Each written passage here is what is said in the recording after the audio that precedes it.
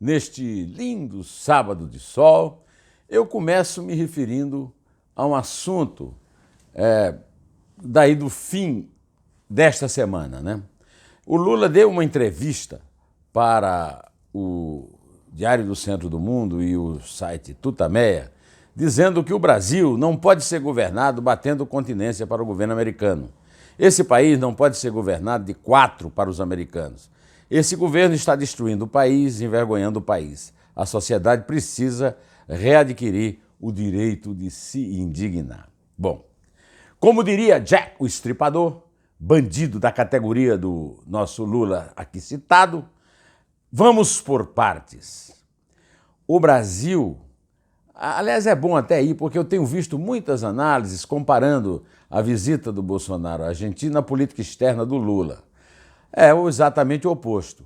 O Lula governou o Brasil usando o esforço, o suor e o dinheiro de milhões de trabalhadores para sustentar ditadores de esquerda que ele considerava e considera seus amigos. Por exemplo, a mulher mais rica da África é a Maria Isabel dos Santos, filha de Zé Eduardo dos Santos, ditador de Angola. Pois bem, Angola é um dos beneficiários do roubo do PT. O PT roubou para financiar os tiranos de Angola, de Cuba, com o Porto de Mariel, e muitos outros, Bolívia, etc. Venezuela, de Nicolás Maduro. Então, o Brasil criou, durante todos os anos da administração do PT, uma espécie de bolsa miséria para ditadores de esquerda no terceiro mundo, né? Pois é, agora não fica falando aí de joelhos, de quatro para os americanos. É uma citação bastante sórdida e completamente fora do contexto, porque ele criou, o PT de Dilma, do Fernando Haddad e dos outros, criaram um desemprego de 13 milhões e 400 mil brasileiros para sustentar não o povo de Cuba, não o povo de Angola, não o povo da Venezuela, mas o Nicolás Maduro, né? Os Castro e os Santos, né? Que nada de Santos tem. Em segundo lugar, o governo que destruiu o país e que envergonha o país foi o governo do PT. O PT exportou corrupção. Ex-presidente peruano preso. Tem um monte de processo em vários desses países que o PT ajudou com dinheiro nosso, com nosso esforço, com o suor dos brasileiros, o sangue dos brasileiros desempregados, que criaram o maior volume de exportação de corrupção da história da humanidade. Então, quem envergonha o país e a sociedade, como ele diz, precisa mesmo se indignar, com o fato da vergonha que ele representa ao Brasil, agora, por exemplo, quando é mais uma vez considerado réu pelo juiz Valisney de Santos Souza, que o condenou por receber entre 2009 e 2010 de 40 milhões de dólares, 64 milhões de reais em valores da época, em troca do limite da linha de crédito para exportação de bens e serviços entre Brasil e Angola, em benefício da construtora Odebrecht. São réus ele, o Marcelo Odebrecht e o Paulo Bernardo. A Gleisi Hoffmann também seria ré, mas não pode ser porque tem foro privilegiado, porque correu da eleição para o Senado e se abrigou no voto proporcional da Câmara, tem então foro privilegiado.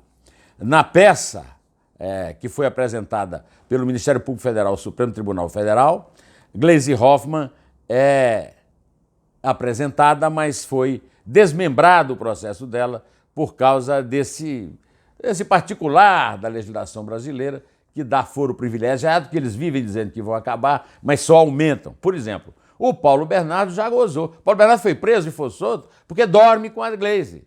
Não sei se ainda é marido, mas dorme com ela, divide o quarto e a cama com ela. Então, com isso, mereceu dos senhores magnânimos do Supremo Tribunal Federal o privilégio de ter um puxadinho de foro privilegiado, né?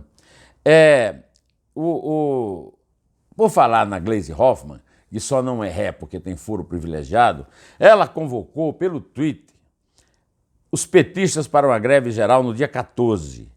A pauta dela é combater a reforma da Previdência e o governo de Jair Bolsonaro.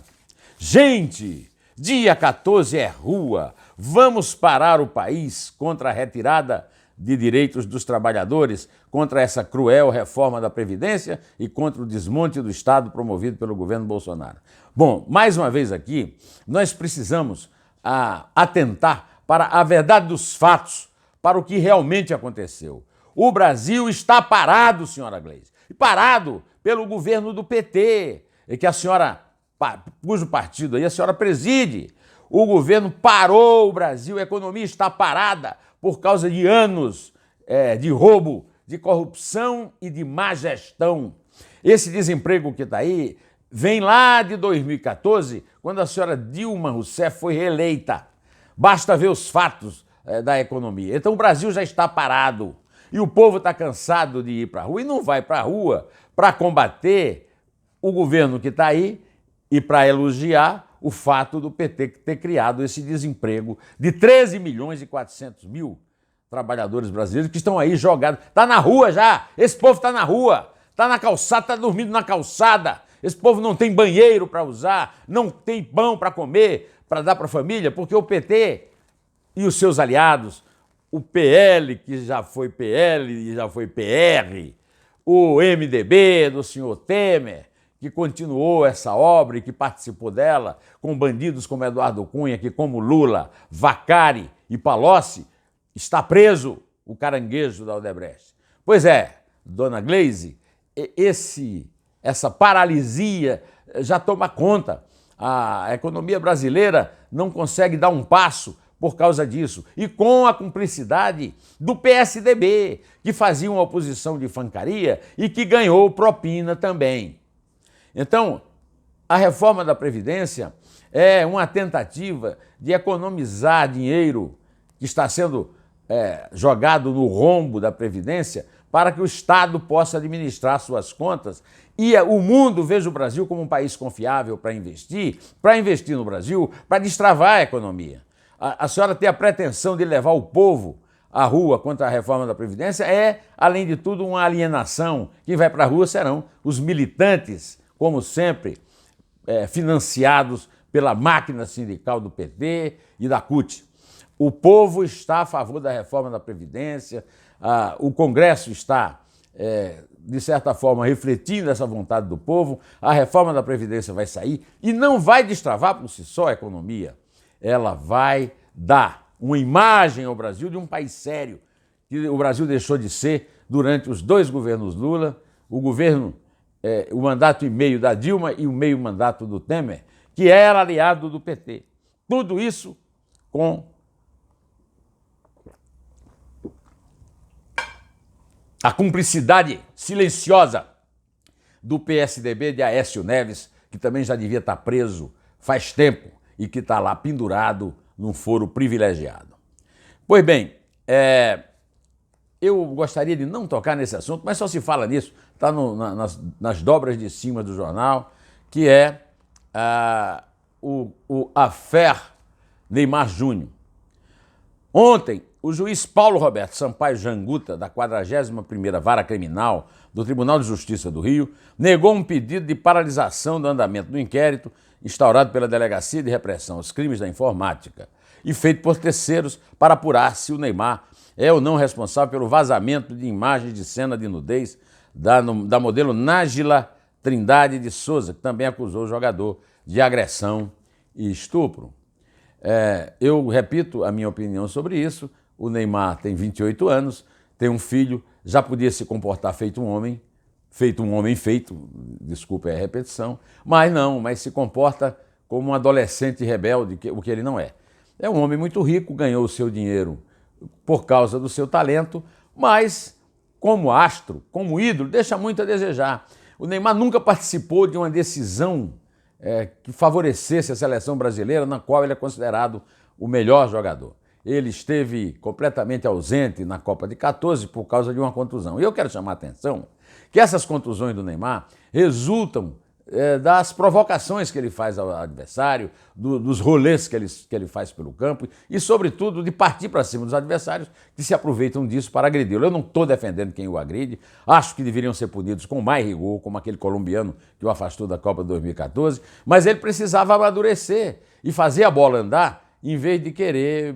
Agora, quando no dia que um garoto do Cruzeiro deu uma caneta nele, ele derrubou o garoto de forma infantil, não se trocando pelo garoto, mas agindo de uma forma mais infantil do que o garoto. Em relação à relação dele com as mulheres, ele já podia ter amadurecido mais, mas ele conta com a cumplicidade do pai, do presidente da República, Jair Bolsonaro, que o apoia sem saber de nada, e agora ele acaba de dar uma razão para todo mundo que o critica quando tenta interromper a investigação sobre ele, que pode ser justa, pode ser injusta, mas se for injusta, que seja feita e que se descubra quem é que realmente mais delinquiu, no caso, se ele ou se a moça.